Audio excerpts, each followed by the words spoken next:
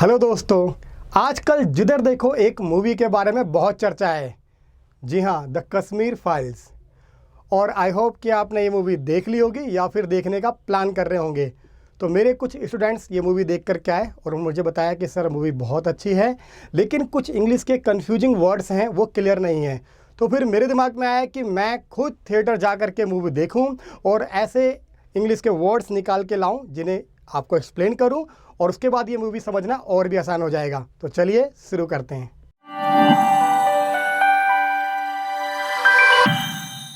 इस पूरी मूवी में जो सबसे ज़्यादा बार यूज किया गया वर्ड है वो है जेनोसाइड। जेनोसाइड मतलब होता है नरसंहार, यानी मास किलिंग। मास मतलब होता है जनता, यानी जनता को मार डालना, भीड़ को मार डालना, ये होता है जेनोसाइड। एक इडियम भी इसमें यूज हुआ है, स्नेक इन द ग्रास, जिसका मतलब होता है आस्तीन का सांप, यानी कि जो आपके साथ रहे और आपसे ही गद्दारी करे। तो हमारे देश में ऐसे बहुत से लोग हैं जो इस देश में रहते हैं, इस देश का नमक खाते हैं और देश से ही गद्दारी करते हैं, तो उन्हें हम बोलते हैं स्नेक इन द ग्रास। अब आप मुझे कमेंट करके बताइए कि ये वर्ड मूवी में कहाँ पर यूज हुआ है। तो चलिए अगला वर्ड देखते हैं। अगला वर्ड है इंटीग्रल पार्ट ऑफ इंडिया। इसका मतलब होता है भारत का संपूर्ण भाग।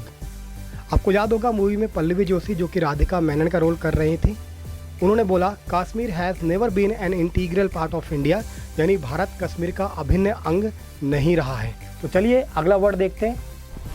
Upper class privilege. इसका मतलब होता है ऊंची जाति को मिलने वाला विशेष अधिकार। आपको याद होगा मूवी में जब पल्लवी जोशी पूछती हैं कृष्णा से कि आपका नाम क्या है, तो बोलता है कृष्णा पंडित, तो बोलती हैं ओ पंडित, अपर क्लास प्रिविलेज। तो चलिए अगला वर्ड देखते हैं। Illegally occupied. इसका मतलब होता है अवैध रूप से कब्जा। तो कुछ कश्मीरी ऐसा मानते थे कि कश्मीर पर भारत का अवैध रूप से कब्जा है, यानी भारत ने कश्मीर को इलीगली ऑक्यूपाइड कर रखा है। नेक्स्ट वर्ड है सो कॉल्ड नेशनलिस्ट। जैसे कि मैंने आपको पहले भी वीडियो में एक्सप्लेन किया है, सो कॉल्ड मतलब होता है कहने मात्र को, नेशनलिस्ट मतलब राष्ट्रवादी।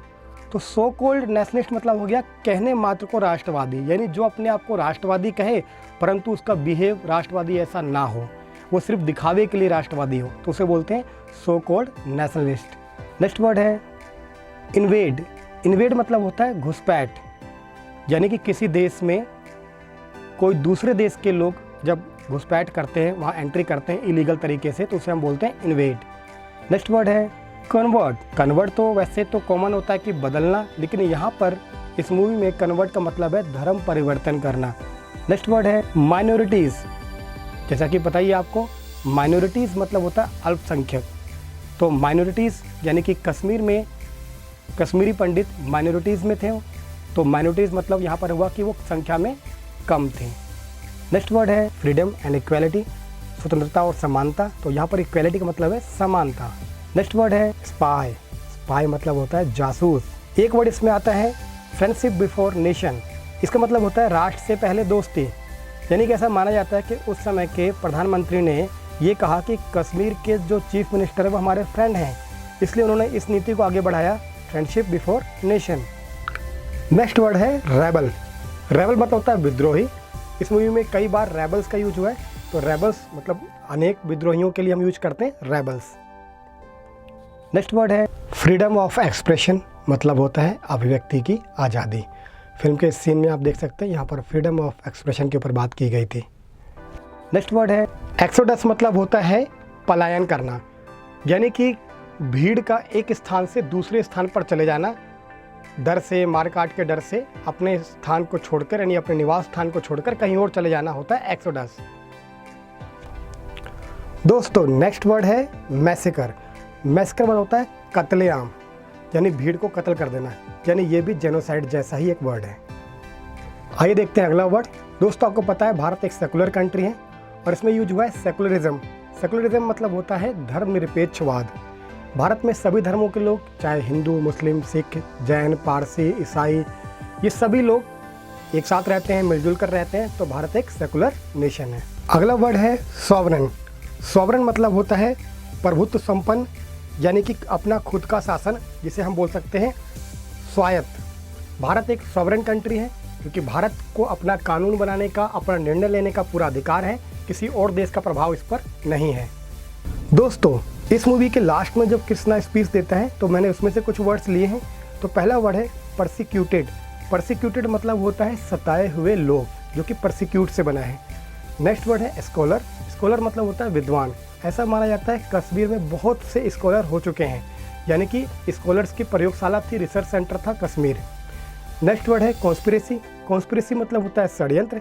इस मूवी में ये वर्ड भी कई बार यूज हुआ है, यानी कि भारत के खिलाफ कई लोग षड्यंत्र करते हैं, यानी कॉन्स्पिरेसी करते हैं। नेक्स्ट वर्ड है फेक प्रोपेगेंडा।